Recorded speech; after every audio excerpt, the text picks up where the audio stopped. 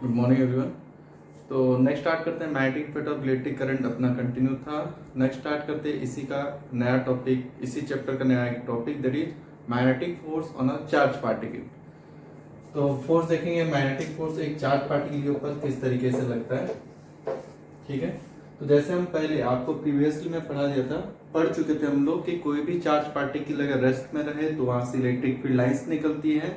जब वही charge particle move करने लगे तो वो वही क्या जनरेट करता है, आपका मैग्नेटिक फील्ड लाइंस। इसीलिए किसी भी करंट कैरिंग वायर पे अगर देखोगे तो वो क्या प्रोड्यूस करता है, मैग्नेटिक फील्ड लाइंस। क्योंकि करंट क्या होता है, that is a moving charge. तो कोई भी मूविंग चार्ज हो, कोई भी चार्ज पार्टिकल मूव कर रहा हो, उसी से क्या बनेगा, आपका मैग्नेटिक फील्ड लाइंस बनेगी। ठीक है, तो देखते हैं जैसे कि magnetic force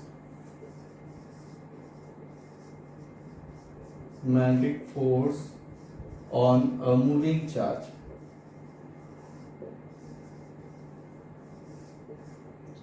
magnetic force on a moving charge. ठीक है, तो मान लो इस तरीके से आपका मैग्नेटिक फील्ड लाइंस है। ठीक है, तो आपने ऑलरेडी पढ़ चुका होगा, इलेक्ट्रिक फील्ड लाइंस पे आपने पढ़ा होगा, इलेक्ट्रिक फील्ड लाइंस पे यूनिफॉर्म इलेक्ट्रिक फील्ड लाइंस। ठीक है, उसके बाद आपने पढ़ा होगा non uniform electric field lines and radial electric field lines. ठीक है, तो अगर इलेक्ट्रिक फील्ड लाइंस इस तरीके से चलते हो, सबके बीच गैप सेम और सभी एक ही डायरेक्शन पे चलते हो, तो इसे कहा जाता है uniform electric field lines. Non uniform किसे कहते हैं, अगर मान लो गैप इक्वल नहीं है। ठीक है, दो लाइंस के बीच जो गैप है इक्वल नहीं है, तो ये भी नॉन यूनिफॉर्म हो सकता है। या तो सब सेम गैप रहने पर भी अगर एक का भी डायरेक्शन अगर ऑपोजिट हो या तो अलग डायरेक्शन पे हो, तो इसे हम बोल सकते हैं कि these are non uniform electric field lines, ऐसे अगर हो। ठीक है, तो ये कैसा है, नॉन यूनिफॉर्म। और रेडियल मतलब क्या होता है कि इस तरीके से इलेक्ट्रिक फील्ड लाइंस हो और ऐसा लगे, इसको एक्सटेंड करो बैकवर्ड डायरेक्शन पे, तो ऐसा लगे कि एक ही पॉइंट से निकल रहे हो, ये रेडियल है। या तो बोल सकते हो इलेक्ट्रिक फील्ड लाइंस आपको ऐसे दिया गया है, इसको आगे की तरफ एक्सटेंड करो तो ऐसा लगे कि आगे जाके एक ही पॉइंट पे मिलने वाले हो। तो ये दोनों कैसे हैं, रेडियल इलेक्ट्रिक फील्ड लाइंस। ये हो गया यूनिफॉर्म और ये हो गया नॉन यूनिफॉर्म। तो जैसे हम इलेक्ट्रिक फील्ड लाइंस पे पढ़ते थे बिल्कुल सेम टू सेम, वो मैग्नेटिक फील्ड लाइंस पे भी वही है, uniform magnetic field lines, non uniform magnetic field lines and आपका रेडियल मैग्नेटिक फील्ड लाइंस। ठीक है, इसको हटा देता हूं। तो हम यहाँ पे यूनिफॉर्म मैग्नेटिक फील्ड लाइंस लिए हैं। ठीक है, तो ये जो भी मैग्नेटिक, सबके मैग्नेटिक फील्ड की स्ट्रेंथ दी है, मान लो मैग्नीट्यूड सेम है और सभी कैसे यूनिफॉर्म है। और इसी के अंदर हम एक पॉजिटिव चार्ज को मूव करा रहे हैं, जिसका मैग्नेटिक मान लो मैग्नीट्यूड कितना है, Q है, और जिसका वेलोसिटी कितना है, V है। ठीक है, तो ऑलरेडी जब मैंने आपको इससे पहले भी कराया था, एक चार्ज है। ठीक है, अगर रेस्ट में हो, याद होगा आपको, electric field lines not equal to zero, यानी कि इसके पास इलेक्ट्रिक फील्ड लाइंस होगा और मैग्नेटिक फील्ड लाइंस क्या होगा, इक्वल्स टू जीरो। अगर बात करेंगे यही चार्ज अगर मूविंग कंडीशन में है, तो इसके पास इलेक्ट्रिक फील्ड लाइंस तो होगा क्योंकि ये चार्ज है, और जब ये मूव करने लगता है तो इसके पास मैग्नेटिक फील्ड लाइंस भी आ जाता है। यानी कि तब मैग्नेटिक फील्ड लाइंस, इसके पास मैग्नेटिक फील्ड जो होगा नॉट इक्वल्स टू जीरो होगा, इसके पास मैग्नेटिक फील्ड का मैग्नीट्यूड होगा। ठीक है, अगर प्रीवियस केस देखें तो रेस्ट कंडीशन में मैग्नेटिक फील्ड का मैग्नीट्यूड क्या आएगा, जीरो। और अगर मूविंग कंडीशन देखें तो मैग्नेटिक फील्ड इसके पास आ जाता है मूविंग से, जो मैंने आपको फर्स्ट चैप्टर, ये magnetic effect of electric first part पे आपको पढ़ाया था। ठीक है, तो आगे कंटिन्यू करते हैं। तो ऑलरेडी एक magnetic field, uniform magnetic field है, और उसी जगह पे हम एक चार्ज को मूव कर रहे हैं, और मूविंग चार्ज क्या देगा, अगेन आपको मैग्नेटिक फील्ड देगा। ठीक है, तो यहाँ पे दो मैग्नेटिक फील्ड आते हैं, दो मैग्नेटिक फील्ड लाइंस आते हैं। जब दो मैग्नेट को साथ में रखो तो उनके बीच क्या होता है, या तो अट्रैक्शन या तो रिपल्सन। अट्रैक्शन और रिपल्सन क्या होता है, that is a one type of force. अगर दूर भगाते हैं तो उसे रिपल्सन कहते हैं, अगर पास लेके आओ तो उसे अट्रैक्शन कहते हैं। ठीक है, तो कोई भी दो मैग्नेट रखते हैं तो वहां पे अट्रैक्शन या तो रिपल्सन होता है, यानी कि फोर्स लगता है। तो वैसे ही यहाँ पे दो मैग्नेटिक फील्ड लाइंस हैं, एक यूनिफॉर्म मैग्नेटिक फील्ड हम रखे हैं और दूसरा हो गया चार्ज के मूविंग से और एक मैग्नेटिक फील्ड लाइंस जनरेट हुआ। तो दो मैग्नेटिक फील्ड लाइंस कभी साथ में नहीं रह सकते, या तो उन दोनों के बीच क्या होने वाला है, या तो अट्रैक्शन या तो रिपल्सन, और यही अट्रैक्शन और रिपल्सन क्या है, फोर्स है। ठीक है, तो हम बोल सकते हैं कि magnetic force on a moving charge, किसी भी चार्ज के ऊपर एक फोर्स लगता है due to magnetic field lines, और ये तभी लगता है जब एक चार्ज को मूव कराओ कहाँ पे, मैग्नेटिक फील्ड के अंदर। ठीक है, तो चार्ज मूव करा कहाँ पे, मैग्नेटिक फील्ड के अंदर, तभी इसके ऊपर फोर्स लगा, तो वही फोर्स का मैग्नीट्यूड हम कैलकुलेट करेंगे और उसके साथ उसी फोर्स का डायरेक्शन निकालेंगे। ठीक है, तो मान लो ये चार्ज ऐसे क्रॉस करते हुए जा रहा है और इन दोनों के बीच एंगल कितना है, थीटा। ये किसके बीच एंगल है, मैग्नेटिक फील्ड लाइंस के बीच एंड वेलोसिटी के बीच। ठीक है, तो यही जो फोर्स लगेगा चार्ज के ऊपर, फोर्स ऑन चार्ज एफ, ये किस किस के ऊपर डिपेंड करता है, directly depend on V, then directly proportional to B and directly proportional to charge, magnitude of the charge, और इसी का वैल्यू कितना है, that is QVB sin theta. ठीक है, और इसे ये मैग्नीट्यूड में लिखते हैं और वेक्टर फॉर्म में लिख सकते हैं Q इंटू V बार क्रॉस B बार। ठीक है, यानी कि Q क्या हो गया आपका स्केलर क्वांटिटी, स्केलर क्वांटिटी, और V क्रॉस B बार। अच्छा, क्रॉस प्रोडक्ट क्या देगा आपको, दैट इज ये क्रॉस प्रोडक्ट है, क्रॉस प्रोडक्ट किसके बीच, V एंड B के बीच, और ये क्या देगा आपको, रिजल्टेंट भी क्या देगा, रिजल्टेंट ऑल्सो वेक्टर।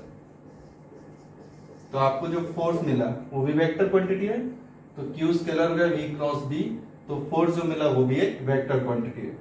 तो ये था आपका डायरेक्शन, यहां से निकाल सकते हो, और ये हो गया आपका magnitude, that is QVB sin theta. तो थीटा किसके बीच एंगल है, there is the angle between V and B, velocity and magnetic field.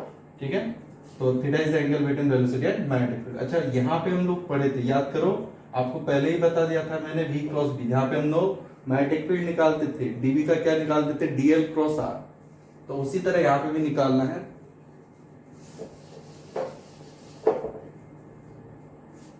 That force equals to Q into V cross B।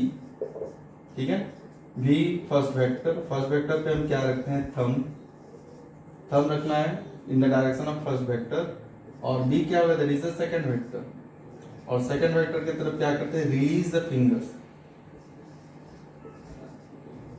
Release the fingers, यही सारे fingers release करेंगे second vector की तरफ। Then third vector और resultant vector, resultant vector किधर तरफ होता है, that is the face of the palm, face of the palm क्या देगा, it will give you the direction of resultant vector. ठीक है, इसका एक एग्जांपल आपको करा देता हूं। जैसे कि मान लो यहाँ पे मैग्नेटिक फील्ड ऐसा है, इनवर्ड डायरेक्शन में मैग्नेटिक फील्ड है। ठीक है, इनवर्ड डायरेक्शन में मैग्नेटिक फील्ड, क्रॉस का मतलब होता है इनवर्ड डायरेक्शन। ठीक है, और यहाँ पे मैंने एक चार्ज पार्टिकल मूव करा है इसी डायरेक्शन पे, वेलोसिटी ऐसा है। ठीक है, तो बताओ force on charge particle Q के ऊपर मैग्नीट्यूड कितना रहेगा, फोर्स का मैग्नीट्यूड निकालेंगे तो कितना आएगा। ये एग्जांपल है, सवाल क्या दिया आपको, मैग्नेटिक फील्ड स्ट्रेंथ B दिया है, एक charge Q moving in this direction having the velocity V, और यहाँ पे मैग्नेटिक फील्ड का डायरेक्शन देख सकते हो आप, इनवर्ड डायरेक्शन पे है, और ये इसी डायरेक्शन पे मूव करे, तो फोर्स का मैग्नीट्यूड कितना आएगा, QVB sin थीटा, थीटा देख सकते हो, B इधर मैग्नेटिक फील्ड अंदर, B इधर मैग्नेटिक फील्ड अंदर, थीटा कितना है 90, तो QVB sin 90, तो मैग्नीट्यूड कितना आ गया, QVB। डायरेक्शन बताओ, डायरेक्शन में पहला वेक्टर कौन है, B, थंब रखो first vector towards the thumb, sorry thumb towards the first vector, second vector release the finger towards the second vector, second vector कौन है, B, फर्स्ट वेक्टर की तरफ थंब रख ले, release the finger towards the second, second vector किधर है, into the board, तो ये रिलीज करो फिंगर्स किधर, into the board, then face of the palm will give you the real time, ये फेस ऑफ द पाम किधर दिखा रहा है, ऊपर, तो इस चार्ज पार्टिकल के ऊपर जब ये एंटर करेगा, जैसे कि मान लो ये जैसे ही एंटर करा यहाँ पे, मैग्नेटिक फील्ड के अंदर, तो ये v क्रॉस b, b अंदर v इधर, v first vector, b second vector, first vector के तरफ thumb, release the finger towards the second, तो फोर्स किधर लगा, face of the palm, that is the resultant vector force का, तो force लगेगा इसी डायरेक्शन, ठीक है। तो ये मैग्नीट्यूड मिला है और ये डायरेक्शन, डायरेक्शन कैसे निकालना है आपको, v क्रॉस b मेथड, ये ऑलरेडी मैं पढ़ा चुका पहले इस चैप्टर के पहले पार्ट पे, ठीक है। नेक्स्ट चलते हैं,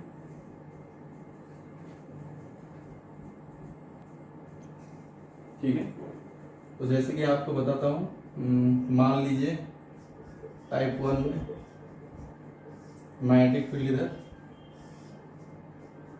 ये charge particle moving in this direction और in the direction of magnetic field, ये B magnetic field, velocity, charge particle magnitude Q है, ठीक है।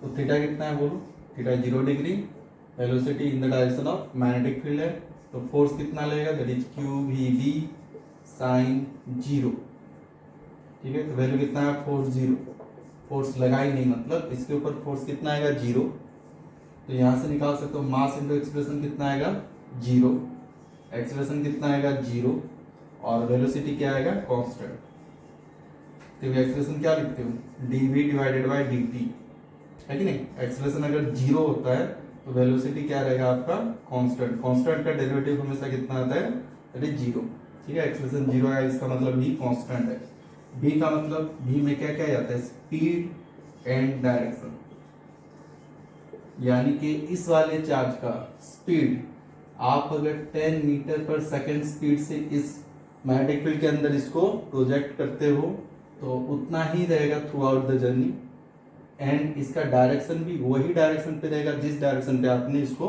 फेंका है, ठीक है। तो ये कंटिन्यूअसली मूव करेगा इन the direction of magnetic field with constant speed, speed भी क्या रहेगा आपका, दैट इज v ही रहेगा और direction in the direction of magnetic field, ठीक है। यही करते हैं टाइप 2 पे, टाइप 2 बिल्कुल सेम, और बस चार्ज पार्टिकल को मूव करो इसी डायरेक्शन, ठीक है। तो यहाँ पे वेलोसिटी इधर, मैग्नेटिक फील्ड इधर, तो थीटा कितना आया 180 डिग्री, फोर्स कितना आएगा, magnitude Q V B sine 180, that is 0, again force 0, mass into expression 0, acceleration 0, velocity constant, velocity का मतलब स्पीड एंड डायरेक्शन, ठीक है। यानी कि अगर इसको प्रोजेक्ट करते हो in the opposite direction of magnetic field और anti parallel to magnetic field, तो ये उतने स्पीड से उसी डायरेक्शन पे मूव करेगा जिस डायरेक्शन पे इसको फेंके हो, ठीक है। तो इन दोनों केस में फोर्स 0 है, यानी कि चार्ज पार्टिकल के ऊपर फोर्स हमेशा 0 रहेगा और मूव करेगा, और स्पीड या तो बोल सकते वेलोसिटी क्या रहेगा constant, acceleration 0, velocity constant, velocity constant मतलब speed and direction remain constant, ठीक है। नेक्स्ट,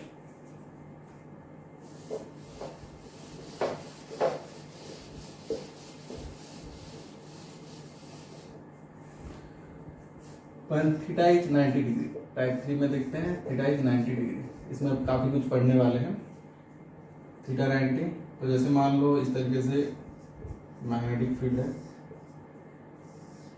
ठीक है, और इस तरीके से चार्ज को प्रोजेक्ट किया गया, charge Q having a velocity v, और ये एंगल कितना है 90, ठीक है। अब चार्ज पार्टिकल इस तरीके से फेंका गया, मैग्नेटिक फील्ड इधर है, तो थीटा कितना है 90, तो फोर्स का मैग्नीट्यूड निकाल सकते हो Q V B sine theta, theta कितना है 90 और मैग्नीट्यूड कितना हो जाएगा क्यू वी बी, ठीक है।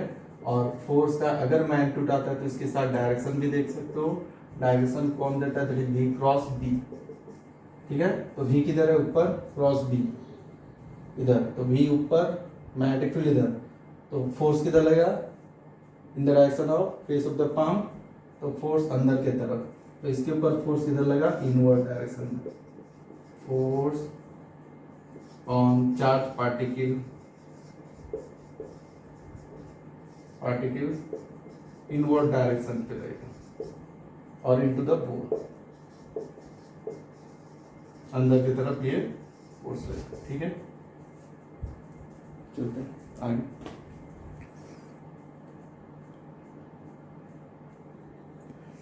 ठीक है, तो आगे बढ़ते हैं। When a charged particle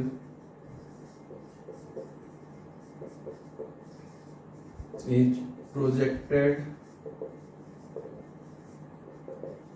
into an uniform magnetic field, ठीक है, एक चार्ज पार्टिकल को हम जब फेंकेंगे किधर, इनटू यूनिफॉर्म मैग्नेटिक फील्ड के अंदर फेंकेंगे, तो वहां पे क्या क्या होने वाला है देखेंगे। जैसे कि मान लो यहाँ पे मैं एक यूनिफॉर्म मैग्नेटिक फील्ड ले रहा हूँ इस तरीके से, मान लो हर जगह पे मैग्नेटिक फील्ड का डायरेक्शन क्या है, inward. Magnetic field inward direction पे है, यूनिफॉर्म है, मैग्नीट्यूड एंड डायरेक्शन सेम, ठीक है। और एक चार्ज पार्टिकल को यहां से प्रोजेक्ट करता हूं, मान लो इस पोजीशन से प्रोजेक्ट कर रहा हूं इस डायरेक्शन में विथ वेलोसिटी v से, ठीक है। Uniform magnetic field v velocity से प्रोजेक्ट कर रहा हूं राइट हैंड साइड की तरफ, ठीक है। तो यहाँ पे क्या क्या होगा देखेंगे। तो पहले जो हम फाइंड आउट करना है हमें क्या, magnitude, that is force equals to Q B B sine theta. Theta देखेंगे तो कितना आएगा 90, देख लो। वेलोसिटी इधर राइट की तरफ, मैग्नेटिक फील्ड अंदर, दोनों के बीच एंगल कितना है 90, थीटा 90, तो वैल्यू कितना आ गया Q B B sine 90, that is equals to कितना है क्यू बी बी। अब हमें डायरेक्शन देखना है, फोर्स कितना लगेगा क्यू बी बी, ठीक है। डायरेक्शन फाइंड आउट करने के लिए क्या फॉर्मूला यूज करते हैं, that is Q into V cross B, ठीक है। तो फोर्स का डायरेक्शन क्या है देख लो, वी क्रॉस बी, बी किधर है अंदर और बी इधर, वी क्रॉस बी, तो किधर लगा ऊपर। तो यहाँ पे फोर्स का डायरेक्शन दे सकते हैं, इधर फोर्स का डायरेक्शन किधर लगा ऊपर की तरफ, फोर्स इधर लगा। जब फोर्स इसके ऊपर इधर लगा तो ये चार्ज पार्टिकल को यहाँ से वेलोसिटी देना स्टार्ट किया, तो ये थोड़ा सा बेंड हो गया, ठीक है। पूरा नहीं दिखाऊंगा, एक एक जगह दिखाऊंगा, आपको क्लियर समझ में आ जाएगा। फोर्स इधर लगा ना, फोर्स ऊपर लगा तो किधर आ जाएगा, ऊपर की तरफ खींचेगा तो चार्ज पार्टिकल ऐसे मुड़ गया, ठीक है। मान लो फिर से इस जगह पे देखते हैं, इस जगह पे ऐसे मुड़ा है, इसका वेलोसिटी देखा तो इधर, वेलोसिटी किधर है इधर, ठीक है। इसको डॉटेड नहीं देते, इसका वेलोसिटी किधर तरफ इधर, इसका वेलोसिटी हो गया, इधर से खींचा ना, ये हर जगह पे फोर्स लगा है। मैं कुछ जगह पे दिखा रहा हूं, इसमें आपको समझ में आ जाएगा। अगर देखेंगे तो हर जगह पे फोर्स इधर ही लगेगा, ये आपको बाद में समझ में आएगा। एक एक जगह पे दिखा देता हूं, बाद में आपको क्लियर समझा दूंगा। इस जगह पे फोर्स लगा था ऊपर, ऊपर था, ऊपर फोर्स लगा तो ये चार्ज पार्टिकल ऐसे जा रहा था तो ऐसे मुड़ गया, ऊपर मतलब ऊपर खींचा तो ये ऐसे मुड़ गया। और इस जगह पे फिर से देखेंगे, मैग्नीट्यूड कितना है देखो, फिर से Q B B sine theta, velocity और मैग्नेटिक फील्ड एंगल कितना है 90, तो फिर से फोर्स लगा कितना क्यू बी बी, इसके ऊपर फोर्स कितना लगा क्यू बी बी, और डायरेक्शन देखो वी, वी थंब बी अंदर, फोर्स लगा इधर, फोर्स लगा इधर तरफ, दोनों का फोर्स का मैग्नीट्यूड सेम है। इसमें फोर्स लगा ऊपर ऐसे मुड़ा, इसमें फोर्स लगा इधर ऐसे मुड़ेगा, इधर फोर्स लगा तो ये ऐसे मुड़ गया, ठीक है। एक जगह पे फोर्स नहीं लगा है, हर जगह पे लगा है। और समझाने के लिए मैं कुछ जगह पे फोर्स लगाऊंगा जिससे कि आपको क्लियरली समझ में आ जाएगा, ठीक है। अभी यहाँ पे देखो, इस जगह पे वेलोसिटी इधर, ठीक है, चार्ज पार्टिकल वही क्यू है, वेलोसिटी इधर देखो आ गया Q B B sine theta, भी इधर मैग्नेटिक फील्ड अंदर, थीटा आ गया 90, क्यू बी बी, फोर्स का डायरेक्शन v क्रॉस b, किधर लगा नीचे, v क्रॉस b किधर लगा नीचे, तो ये लगा फोर्स, मैग्नीट्यूड से ऐसे जा रहा फोर्स नीचे, तो ये क्या होगा फिर से ऐसे मुड़ गया, ये चार्ज पार्टिकल आ गया इधर। अभी इस जगह पे देखेंगे तो फोर्स सॉरी वेलोसिटी इधर नीचे, ठीक है, वेलोसिटी नीचे, मैग्नेटिक फील्ड अंदर, थीटा 90 है, Q B B magnitude, direction v cross B, नीचे क्रॉस बी अंदर उधर तरफ, तो उधर लगा तो ये चार्ज पार्टिकल उधर तरफ फोर्स लगा चार्ज पार्टिकल के ऊपर, तो फिर ये कैसे मुड़ जाएगा, ऐसे। ठीक है, तो हमने जब प्रोजेक्ट किया था एक चार्ज पार्टिकल को v वेलोसिटी से, कहाँ पे, मैग्नेटिक फील्ड के अंदर, यूनिफॉर्म मैग्नेटिक फील्ड के अंदर, तो ये कैसा पाथ ले रहा है, सर्कुलर पाथ। इस हर जगह पे अगर देखोगे तो यही रहेगा। मैं डायग्राम में दिखाया नहीं, कुछ जगह पे समझा रहा था आपको। किसी भी जगह पे अगर देखोगे फोर्स अंदर की तरफ और ये वेलोसिटी, हर जगह पे इधर वेलोसिटी रहेगा, फोर्स अंदर, इधर वेलोसिटी रहेगा, फोर्स अंदर। ठीक है, तो ये कैसा पाथ लेगा, सर्कुलर पाथ। तो when a charge particle is projected और enter into a uniform magnetic field, कैसे यूनिफॉर्म मैग्नेटिक फील्ड एंटर कर रहा है, परपेंडिकुलरली।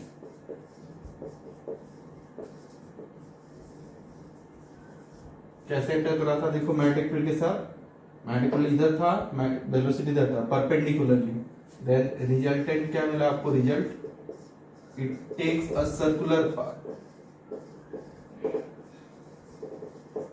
ये क्या लेगा, एक सर्कुलर पाथ लेगा। तो कभी भी एक चार्ज पार्टिकल अगर एंटर करे मैग्नेटिक फील्ड के अंदर, परपेंडिकुलरली एंटर करता है, तो ये चार्ज पार्टिकल हमेशा कैसा पाथ लेगा, सर्कुलर पाथ। सर्कुलर पाथ यानी कि ये कंटिन्यू इसी स्पीड पे घूमता रहेगा, इसी स्पीड पे घूमता रहेगा। ओनली क्या होता रहेगा, डायरेक्शन चेंज, और ये कंटिन्यूअसली सर्कुलर पाथ इसी पाथ पे घूमता रहेगा। यानी कि यहाँ पे क्या क्या फिक्स्ड रहने वाला है, सॉरी इसको लिख देता हूं।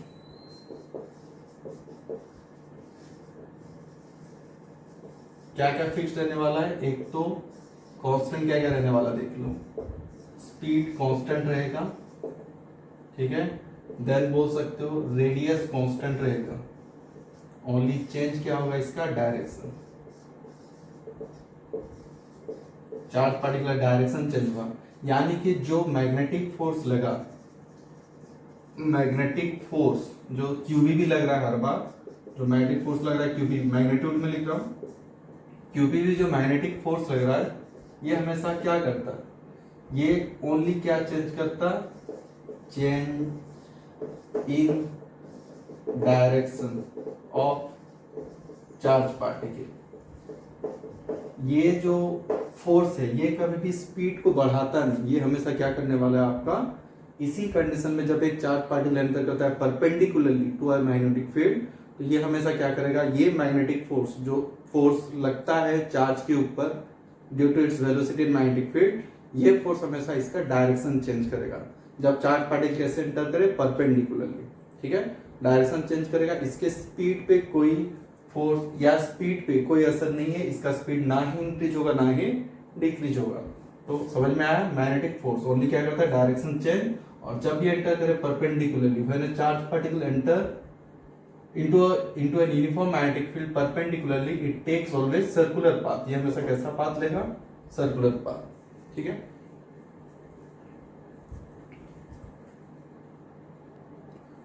ठीक है, तो आगे बढ़ते हैं। When a charged particle enter to an uniform magnetic field, it takes a circular path of constant radius। ठीक है, इसी के ऊपर आगे आपको कुछ न्यूमेरिकल में जो हेल्प होगा वैसे टाइप के फॉर्मूले देता हूँ। जैसे कि हमने देखा था 4 जगह पे हमने देखा था, वैसे तो लगेंगे हर एक जगह पे, पर एग्जांपल के हिसाब से समझाने के लिए मैं ये 4 जगह लेता हूँ। ठीक है, तो अगर आपको कांस्टेंट रेडियस मिल रहा है, मतलब हुआ क्या होगा, ये फोर्स जो अंदर की तरफ लगता है, क्या ये चार्ज पार्टिकल को अंदर लाना चाहता है, फिर भी चार्ज पार्टिकल अंदर नहीं आ रहा है, उसका रेडियस डिक्रीज नहीं हो रहा है। ठीक है, आपने ऑलरेडी ये सर्कुलर मोशन चैप्टर पे पढ़ा होगा, कोई भी ऑब्जेक्ट जब सर्कुलर पाथ पे घूमता है, इसका मतलब इसके ऊपर 2 फोर्स लगते हैं, एक आउटवर्ड जिसे हम कहते हैं सेंट्रीफ्यूगल फोर्स, फ्यूगल फोर्स, जिसे मैं लिख देता हूं FCF, और दूसरा होता है एक अंदर की तरफ, that is called as centripetal force. तो कहीं पे भी अगर कांस्टेंट रेडियस है, ठीक है, तो यहाँ पे ये 2 फोर्स ऑब्जेक्ट के ऊपर लगते हैं, और ये ऑलरेडी पढ़ा हुआ इस चैप्टर पे, 2 फोर्स जो लगते हैं इन दोनों का मैग्नीट्यूड सेम होता है और डायरेक्शन अपोजिट, ताकि ये कैंसिल आउट हो जाते हैं और इसी फिक्स्ड रेडियस पे ये क्या करता रहता है, घूमता रहता है। तो ये क्या होता है, सेंट्रीपिटल फोर्स। ठीक है, दूसरा होता है आपका सेंट्रीफ्यूगल फोर्स। अच्छा, सेंट्रीफ्यूगल फोर्स का आपने फॉर्मूला पढ़ा होगा, mv² डिवाइडेड बाय r, ठीक है। तो ये वेलोसिटी v होता है, ये क्या होता है आपका वेलोसिटी, और r क्या है, that is the constant radius जो है, ठीक है। तो यहाँ पे सेंट्रीपिटल फोर्स कौन सा है, सेंट्रीपिटल फोर्स जो अंदर की तरफ फोर्स लग रहा है, अच्छा यहाँ पे अंदर की तरफ लगने वाला फोर्स क्या था, हमने जो अभी पढ़ा था, that is QBB sin theta, और थीटा कितना था 90, तो हर जगह पे कितना फोर्स लगा था QBB। ये जो मैग्नेटिक फोर्स है यही क्या देता है, इस चार्ज पार्टिकल को अंदर की तरफ फोर्स देता है जो सेंटर की तरफ लगता है, and that one is called as centripetal force. तो यही मैग्नेटिक फोर्स इस चार्ज पार्टिकल के लिए और यहाँ पे कैसे काम करता है, जे सेंट्रीपिटल फोर्स। तो magnetic force that is equal to centripetal force. तो यहाँ पे मैग्नेटिक फोर्स लिखता हूँ, तो आपको एक इक्वेशन मिला कि कोई भी चार्ज पार्टिकल अगर एंटर करे यूनिफॉर्म मैग्नेटिक फील्ड के अंदर तो एक ऐसा पाथ लेता है, सर्कुलर पाथ, और इसी से हमें क्या इक्वेशन मिला, that is QBB that is equal to mv² by r। ये क्या होता है, Q charge magnitude, charge particle का मैग्नीट्यूड, v हो गया velocity of charge particle, b हो गया यूनिफॉर्म मैग्नेटिक फील्ड जिसके अंदर चार्ज को प्रोजेक्ट किया गया है, m is the mass of the charge particle, m हो गया mass of the charge particle,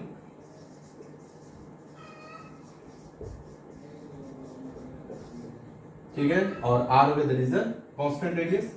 तो इसी से कुछ फॉर्मूले आपको और देता हूं जो कैलकुलेशन के लिए काम आएगा। इसमें क्या क्या मिल सकता है देखो, तो आपको इसमें क्या क्या मिलेगा, QBB that is equal to mv² by r। तो यहाँ पे QBB that is equal to mv² divided by r।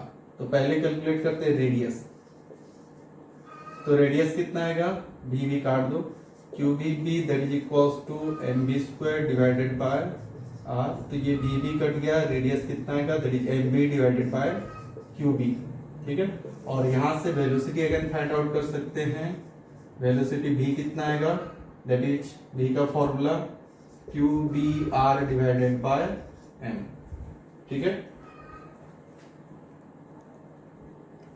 ठीक है। तो इन दोनों फॉर्मूले से बहुत कुछ निकालने में, देखो r equals to mv divided QB और v इक्वल्स टू क्या आ गया, QBr divided by m। Next निकालते हैं आपका एंगुलर फ्रीक्वेंसी बोल सकते हो, या तो बोल सकते हो एंगुलर वेलोसिटी, ठीक है। दोनों के लिए क्या लिखा जाता है, दैट इज ओमेगा, ठीक है। ओमेगा इक्वल्स टू क्या होता है, आपने एक फॉर्मूला पढ़ा, v equals to r omega, already circular motion पे पढ़े होंगे, velocity radius and omega is the angular velocity. तो ओमेगा इक्वल्स टू क्या लिख सकते हैं, that is v by r, ठीक है। r रेडियस है, तो v कितना है, QBr divided bye n, velocity का फॉर्मूला r डायरेक्ट डिवाइड कर दो, that is QB divided by m, ये आ गया आपका एंगुलर वेलोसिटी, ठीक है, एंगुलर फ्रीक्वेंसी और वेलोसिटी। नेक्स्ट निकाल सकते हैं यहाँ से फ्रीक्वेंसी, फ्रीक्वेंसी का फॉर्मूला आपने पढ़ा होगा, ओमेगा इक्वल्स टू क्या लिखते हो, 2πf, ठीक है। तो कितना आएगा, फ्रीक्वेंसी का कितना आएगा, frequency equals to omega divided by 2π, omega कितना है, QB डिवाइडेड बाय m, और लिख सकते हैं 2πm, ठीक है। Frequency omega equals to 2πf और फ्रीक्वेंसी ओमेगा डिवाइडेड बाय 2π, ठीक है, और QB डिवाइडेड बाय 2πm। और टाइम पीरियड का फॉर्मूला, टाइम पीरियड का क्या होता है, दैट इज 1 बाय फ्रीक्वेंसी, तो फ्रीक्वेंसी कितना है, 2πm डिवाइडेड बाय QB, ठीक है। फ्रीक्वेंसी को उल्टा कर दो, 2πm डिवाइडेड बाय QB, ये हो गया आपका time period. Omega equals to the frequency equals to QB divided by 2πm and time period equals to 2πm divided by QB, ठीक है। नेक्स्ट चलते हैं, जैसे कि काइनेटिक एनर्जी, काइनेटिक एनर्जी का formula that is half mv², ठीक है। एक काम करते हैं, ऊपर m नीचे m मल्टीप्लाई कर दो, तो ये कितना आ गया, half m² v² divided by m। अच्छा, p क्या होता है, लीनियर मोमेंटम, ठीक है, और that is equals to mv लिखते हैं, तो इसको लीनियर मोमेंटम में बदल सकते हो, दैट पी इक्वल्स टू क्या होता है एम बी, इसी को लेके आओ, काइनेटिक एनर्जी कितना हो जाएगा half P square divided by M, और पी इक्वल्स टू कितना आ जाएगा that is 2m kinetic energy, के लिख देता हूँ काइनेटिक एनर्जी के, काइनेटिक एनर्जी को के लिख देता हूँ 2m के डिवाइडेड बाय सॉरी 2km, और p का कितना आ गया under root of p square था 2m काइनेटिक एनर्जी और p का under root of 2m kinetic energy, ठीक है।